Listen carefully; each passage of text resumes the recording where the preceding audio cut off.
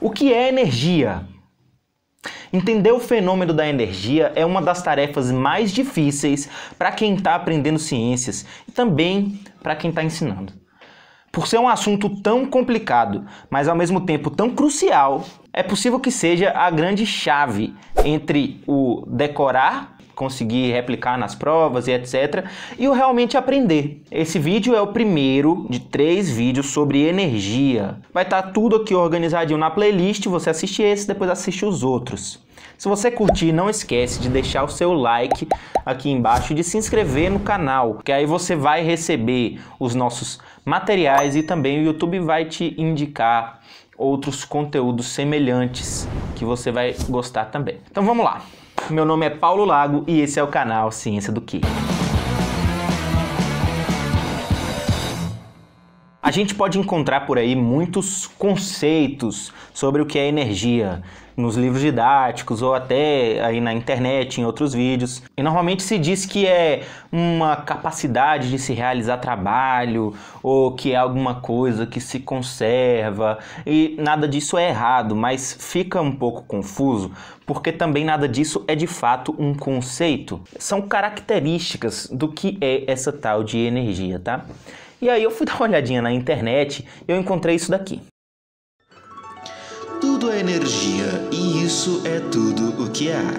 Sintonize a frequência que você deseja e, inevitavelmente, esta será a realidade que você terá. Não tem como ser diferente. Isto não é filosofia, é física. Não, gente, não. Einstein nunca falou isso. Na verdade, eu acho que se Einstein tivesse dito todas essas citações que acreditam a ele na internet, provavelmente ele não teria sido físico, ele teria sido um coach quântico. Pior que eu acho que Einstein teria ganho mais dinheiro com Theta Healing do que com física, viu? O mundo! Enfim, nos seus estudos, realmente, Einstein entendeu que massa era um tipo muito concentrado de energia. Então que, na verdade, massa e energia eram 2 manifestações diferentes de uma mesma coisa. É aquela velha equação, E é igual a m vezes c ao quadrado, que todo mundo já viu e ninguém sabe o que significa. Então, realmente, dá para concluir que energia é tudo o que existe a não ser o nada, porque o nada também é uma entidade física.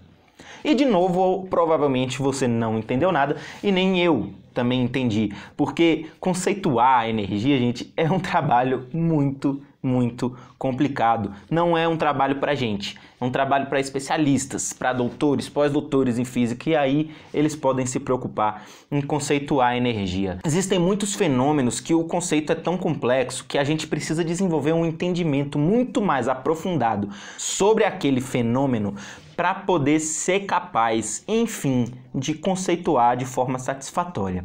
Quando a gente tenta chegar a esse tipo de conclusão precipitada, normalmente a gente é levado ao erro ou à confusão, ou até abre espaço para esse tipo de charlatanismo que é o da citação que eu mostrei para vocês mais cedo. Gente, vamos logo deixar claro aqui que existe uma ideia de energia que é mais, digamos, esotérica, não sei, religiosa, espiritual. Eu mesmo uso para dizer, por exemplo, tal pessoa tem uma energia boa, ou eu acordei hoje com uma energia legal. E tudo bem, eu uso, é ok usar esse tipo de expressão, mas a gente tem que evitar de confundir as coisas, tá bom? Quando a gente fala de energia no sentido físico, energia no sentido físico. O que não pode acontecer é as pessoas quererem misturar e ainda transformar isso num produto. E ainda te vender um curso ou alguma coisa do tipo que vai te prometer 1000 maravilhas e que vai buscar uma afirmação no trabalho de cientistas que dedicaram toda a sua vida construindo esse conhecimento. Então isso é errado, isso não deve ser feito. Então vamos focar em desenvolver a nossa noção de energia, esquece o conceito.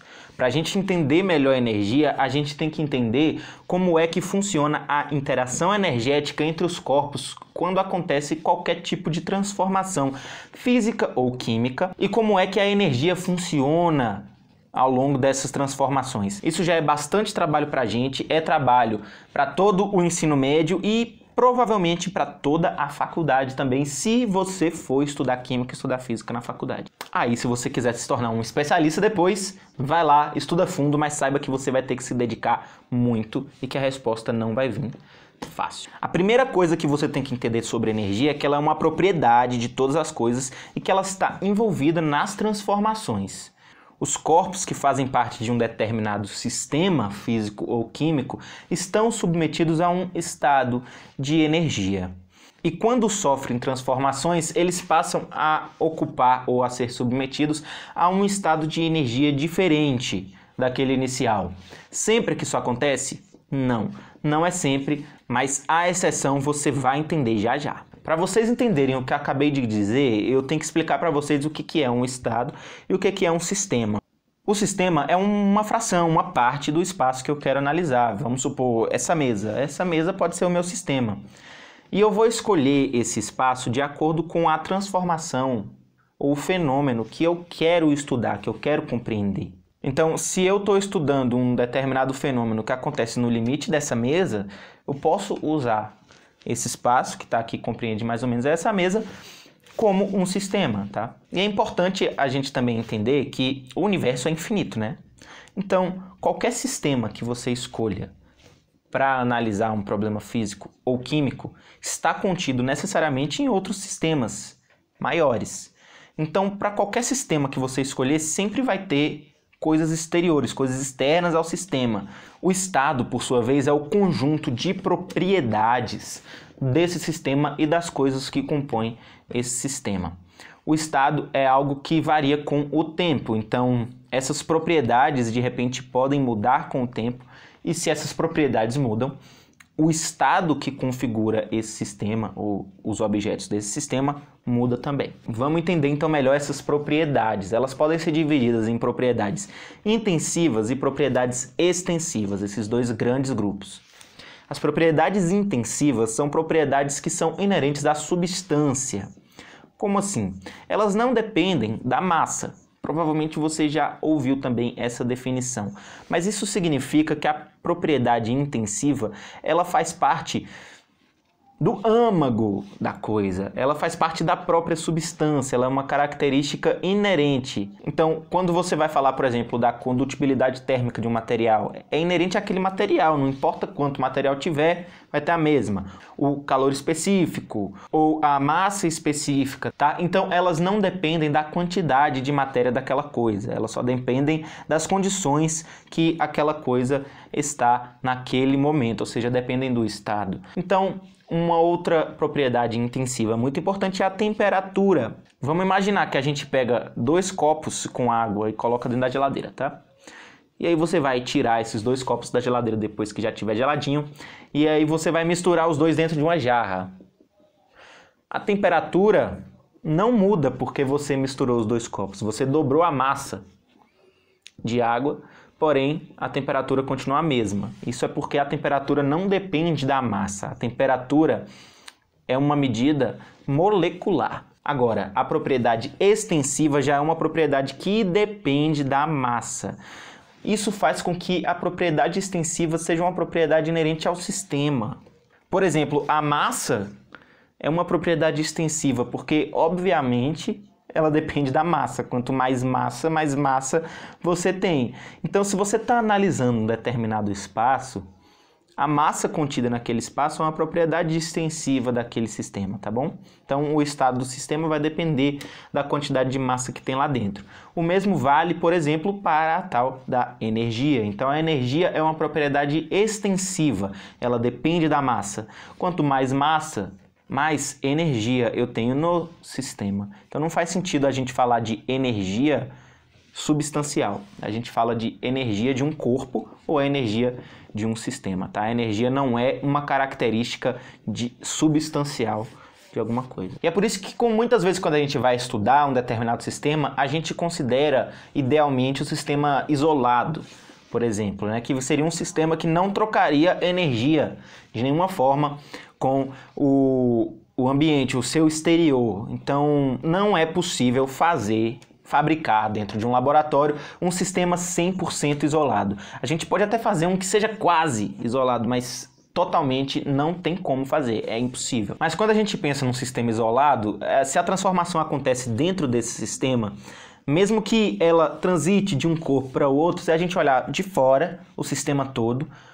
a quantidade de energia que tem aqui dentro desse sistema é a mesma, tá? Então é por isso que a gente faz essa consideração de sistema isolado para poder investigar determinadas transformações, determinados fenômenos. Então a gente vai sempre buscar escolher o sistema que abriga a transformação que a gente está querendo investigar, porque dentro daquele sistema, se está acontecendo aquela transformação, a gente pode avaliar ali dentro como é que a energia vai se comportar. E como eu já expliquei que não existem sistemas de fato isolados, quando a gente vai descrever um fenômeno dentro desse sistema, então a gente vai ignorar a influência dos fatores externos ao sistema para aquela transformação. E é óbvio que isso é uma aproximação. E é por isso que todos os modelos, todas as descrições, todas as fórmulas físicas e químicas, elas representam a natureza no limite da arbitrariedade de quem está estudando, de quem propôs aquele modelo.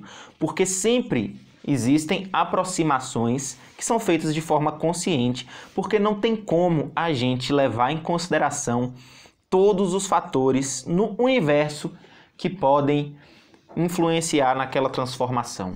A gente sempre vai estabelecer um sistema de limite e vai falar, olha só, fora desse sistema aqui eu não vou considerar nenhuma interação. Então, é dessa forma que se faz a física, que se faz a química. A gente pode até discutir ou discordar ou debater filosoficamente sobre isso, mas o fato é que ela é feita dessa maneira. Mas não vamos viajar nisso agora não. Agora a gente já tem de fato todas as ferramentas necessárias para começar a desenvolver a nossa noção do que é energia. Então vamos passar lá para a parte 2 e lá a gente continua. Valeu!